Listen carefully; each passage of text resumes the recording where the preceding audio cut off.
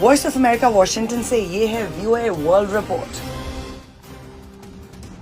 America और Philippine की मुसल्लह अफवाज ने सालाना मुश्तरका फौजी मशकों के दौरान बुध को जनूब मशरकी एशियाई मुल्क के मगरबी साहिल के बिल्कुल करीब तोपखाने, फजाई हमलों और आला रॉकेटों का इस्तेमाल करते हुए दुश्मन के एक फर्जी जंगी जहाज को डबो दिया। अमरीकी F-16 और फिलिपाइनी फिजाइया के FA-50 लड़ाका तैयारों ने फजा में जमीन पर मार करने वाले मिसाइल गिराए।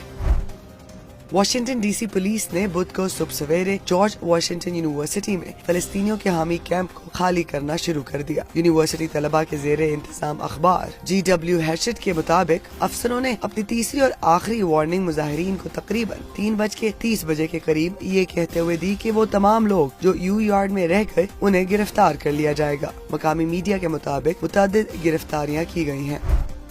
फेडेक्स एयरलाइंस का बोइंग 767 कार्गो तैयारा इस्तांबुल हवाई अड्डे पर गैर मामूली लैंडिंग के बाद जाग में ढक गया, जिसने इसके पायलट्स को कॉकपिट की खिड़की से बाहर निकलने पर मजबूर किया। कार्गो तैयारा अपना अगला लैंडिंग गियर लगाए बगैर इस्तांबुल एयरपोर्ट पर उतरा, लेकिन रनवे पर रहा और जानी नुकसान से बच गया।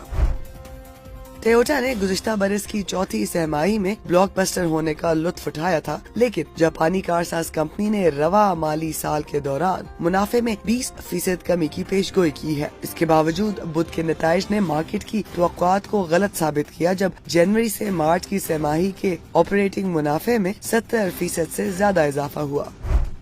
दुनिया के सबसे बड़े 3D प्रिंटर से मुकम्मल तौर पर बायो बेस्ड मवाद से तैयार करदा एक प्रोटोटाइप हाउस मैन्युफैक्चरिंग के लिए सरसब्ज मुस्तकबिल की एक झलक पेश करता है।